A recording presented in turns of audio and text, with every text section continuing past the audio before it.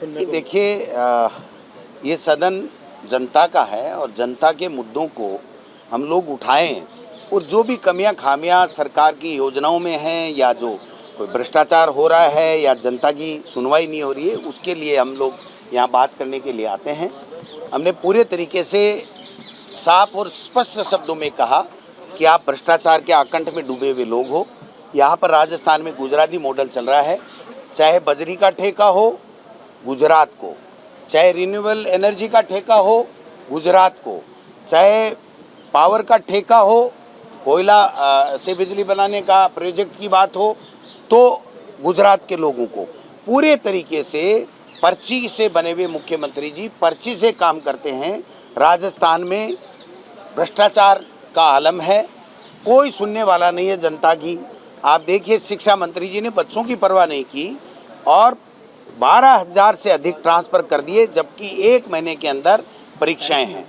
पूरे के पूरे टेंडरों में घोटाले हो रहे हैं। मंत्री खुद टेंडरों की फाइल मंगाता है, जबकि कभी भी कोई भी मंत्री, नियम नहीं है कि वो टेंडर की फाइल मंगाए और टेंडर में हस्तक्षेप करे। ये मंत्री का काम नहीं होता है। और 3-3, 4-4 लाख रुपए लग करके प्रशासनिक ट्रांसफ़र किए गए हैं। आज पूरा का पूरा जो है वो भ्रष्टाचार में लिप्त है। टीचर त्राहिमाम कर रहे हैं। पंचायत राज में जो परिसीमन हुआ, नगर निकाय में परिसीमन हुआ, राजेंद्र जी राठौड़ ने और अरुण चतुर्वेदी जी ने पूरे परिसीमन के नियमों की धज्जियां उड़ाई हैं। 12 महीने तक परिसीमन चला है। 12 महीने तक, आज तक के इतिहास में कभी कोई परिसीमन नहीं चलता है। 3 महीने 4 महीने मैक्सिमम होता है। सब परिसीमन की धज्जियां उड़ाती हैं। केवल और केवल वही काम कर रहे हैं जो दिल्ली से इनको पर्ची आती है। जनता की सुनवाई नहीं है। भारतीय जनता पार्टी के कार्यालय के अंदर केवल पदाधिकारियों की होती है। इनके मंत्रियों की हाल ये हैं कि जब ये प्रभारी वाले ज़िले में जाते हैं तो 2 लोग मिलने के लिए नहीं आते हैं। इनसे आशा नहीं है। फॉर्च्यूनर खरीद रहे हैं, बड़ी बड़ी महंगियाँ गाड़ियाँ खरीद रहे हैं। और बच्चों के लिए आपको तो पता होगा कि 1.5 लाख पद रिक्त हैं और 21,000 करोड़ रुपए लगेंगे। 3700 के 3800 के लगभग जमींदोज हो गए। भवन ख़त्म कर दिए गए क्योंकि वो जर्जर हो गए थे, बैठने लायक नहीं थे। 40,000 44,000 बच्चियों के लिए टॉयलेट की व्यवस्था है नहीं हो पाई है। और 80,000 88,000 के लगभग रूम्स हैं, उनकी कमी है। उनके लिए हाईकोर्ट इनकी फटकार दे रहा है। ट्रांसफ़र मिड सेशन में करने के लिए हाईकोर्ट इनको फटकार दे रहा है, लेकिन इनके कोई फ़र्क नहीं पड़ता। रिन्यूएबल एनर्जी में 450 करोड़ रुपए बिना बैंक गारंटी के इन्होंने टेंडर कर दिया और वो कंपनी वो पैसे भी उठा के ले गई, फर्जी बैंक गारंटी दे दी और सीबीआई जांच चल रही है दूसरे स्टेट के अंदर। ऐसे लोगों को टेंडर दे रहे हैं और बन रहे हैं हरीशचंद्र, अपने आप में हरीशचंद्र बन रहे हैं, दूसरे पे आरोप लगा रहे हैं। मैंने कहा है इनको कि पेपर लीक वसुंधरा जी के समय भी हुआ, पेपर लीक हमारे समय में भी कई हुए, FIR लॉन्च हुई, गिरफ्तार भी हुए, कुछ रह गए, इन्होंने भी गिरफ्तार किए।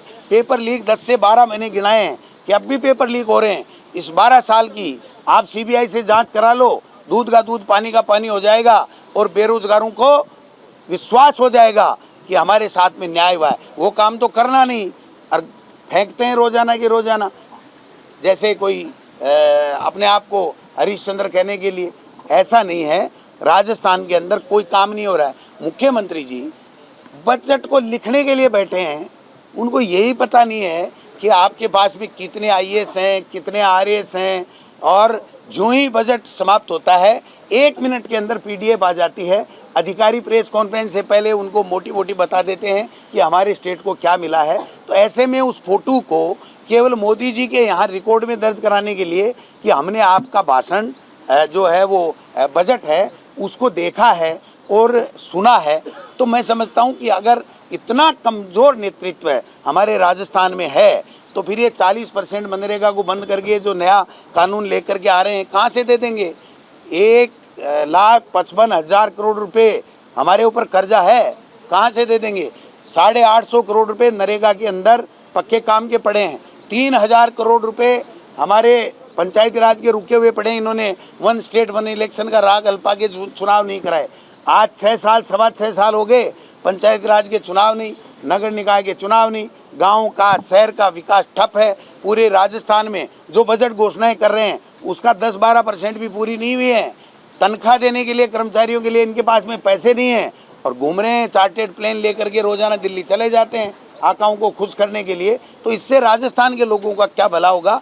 राजस्थान के लोगों के आंखों में आंसू है, उनके पास में पता नहीं है कि हमारी समस्याओं के समाधान का अंतिम पड़ाव कौन सा है। तो कल आपने देखा होगा मुख्यमंत्री जी एक वीडियो वायरल कर रहे हैं और वो अगला कह रहा है पीड़ित है कि भाई साहब मुख्यमंत्री जी आप ही का डिपार्टमेंट है, आप ही हो इसके मंत्री, और वो दूसरे पे खींच बिठा रहे हैं और फिर वीडियो वायरल कर रहे हैं। तो ये नोटंकी ज़्यादा दिन चलने वाली नहीं है। अब राजस्थान की जनता को समझ में आ गया है कि ये झूठे लोग हैं, असक्षम लोग हैं, ये केवल गुजरात मॉडल पे काम कर रहे हैं कि गुजरात के लोग आएँ और राजस्थान से को लूट के ले जाएं। मैं समझता हूँ इसका हम लोग विरोध करेंगे। वो तो एपीओ है, खुद मंत्री एपीओ है। टैरिफ को लेकर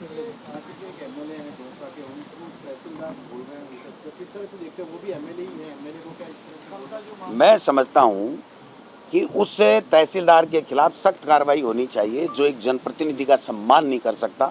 एक एमएलए चीफ सेक्रेटरी से ऊपर उसका होता है प्रोटोकॉल, और उसके बाद में जिस तरीके की बात कर रहा था, लेकिन भाई साहब इनके तो सिखाया ही यही जाती है कि कांग्रेस के लोगों को बेइज्जत करो, कांग्रेस के लोगों पे अनर्गल आरोप लगाते रहो। और बीजेपी के लोगों को अब 1400 करोड़ रुपए इन्होंने अतिवृष्टि में जो मुआवजा दिया, 1100 करोड़ रुपए तो बीजेपी के लोगों को ही दे दिया कि नहीं आपके बीजेपी जीती हुई है इसलिए यहाँ मुआवजा होगा, 33% से ऊपर खराबा है, बाकी जगह खराबा नहीं है। तो ये पारदर्शिता इनके खून में ही नहीं है, इनके नेचर में नहीं है, इनकी पॉलिसी नहीं है पारदर्शिता की।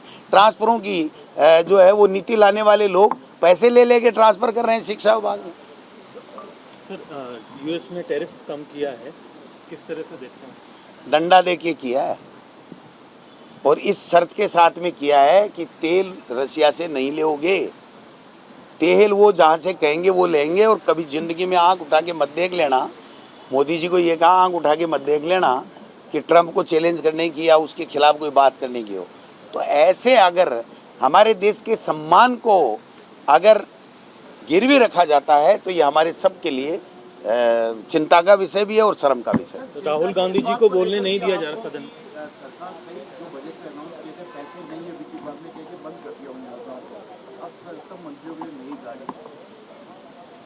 राजी तो करे के यहाँ तो काम तो हो रहा को नहीं, बेचारा का सुनवाई कोई हो रही को नहीं। ब्यूरोक्रेसी भ्रष्टाचार में लिप्त है, ब्यूरोक्रेसी सुन नहीं रही है। तो एक एक नई गाड़ी दे दी, जिसे घूमो करोगे देखो आपको नई गाड़ी दे दी, देखो आपको नई गाड़ी दे दी। सर केंद्र में राहुल गांधी जी अरे तो बच्चियां शौचालय नहीं होने से दिन में कहाँ वो शौच के लिए जाएंगी, इसलिए पानी नहीं पीती है। ये हाई कोर्ट ने कहा है, इससे बड़ी शर्म की क्या बात है। और ये गाड़ियाँ खरीद रहे हैं, मौज मस्ती कर रहे हैं, रोजाना चार्टेड प्लेन लेकर के दिल्ली चले जाते हैं, दुपट्टा उड़ाते हैं प्रधानमंत्री जी को और अमित शाह जी को। तो दिल्ली में राहुल गांधी जी को बोलने नहीं दिया जा रहा। जो वित्त मंत्री है निर्मला सीतारमण, उन्होंने कहा कि योग्य नेता प्रतिपक्ष नहीं। ये सच्चाई का सामना कर ही नहीं सकते। और राहुल गांधी सच्चाई की प्रतिमूर्ति है। राहुल गांधी देश के लिए, देश की एकता के लिए, संविधान के लिए और देश के लोगों की समस्याओं के लिए लड़ता है। ये इनको पसंद नहीं है, इनको तो चमचे पसंद हैं, वो चमचा हो नहीं सकता। इसलिए वो कैसे सुनेंगे आप बताओ। सच्चाई सुनने की आदत ही नहीं है। वो तो एक आवरण बना रखा है उन्होंने इस तरीके का कि वही राष्ट्रभक्त हैं, वही ईमानदार हैं, वही राष्ट्र को 2047 में विकसित राष्ट्र बनाएंगे, दूसरा तो कोई योगदान नहीं है। संविधान को नहीं मानने वाले लोग प्रतिपक्ष की जो आवाज़ नहीं सुन रहे हैं, ये संविधान को नहीं मानने की बात है। और क्या है। आपने अंदर पेपर लीक का भी मामला उठाया, उसमें आपने बहुत सारे पेपर लीक के बारे में चर्चा की, तो किस तरह आप देखते हैं? क्योंकि देखिए ये माफिया है, हर स्टेट में है, हर देश के हर परीक्षाओं के अंदर ये बेईमानी करते हैं। पहले भी वसुंधरा जी के समय में भी FIR हैं।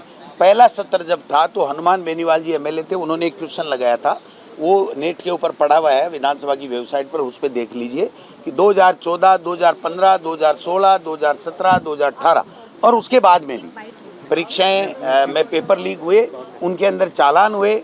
लेकिन वो एक परसेप्शन बना के रखते हैं कि वो तो हरिश्चंद्र हैं, ईमानदार हैं, हम सब चोर हैं। तो फिर चोरों को अंदर करो, मना कौन कर रहा है? इसके लिए कड़ा कानून हमारी सरकार ने, कांग्रेस सरकार ने बनाया उसकी पालना करके अब पेपर आउट नहीं हो। मैं इनके 50 बता दूं, 50 बता दूं जो पेपर आउट हो रहे हैं, ये मान ही नहीं रहे, तो इनको क्या कहें बताओ। ठीक है, ठीक। आपने कुछ पेपर जो 10th क्लास की भी चर्चा की, तो उसके गणे हो रहे हैं भाई साहब, गणे हो रहे हैं, थोक के भाव में हैं।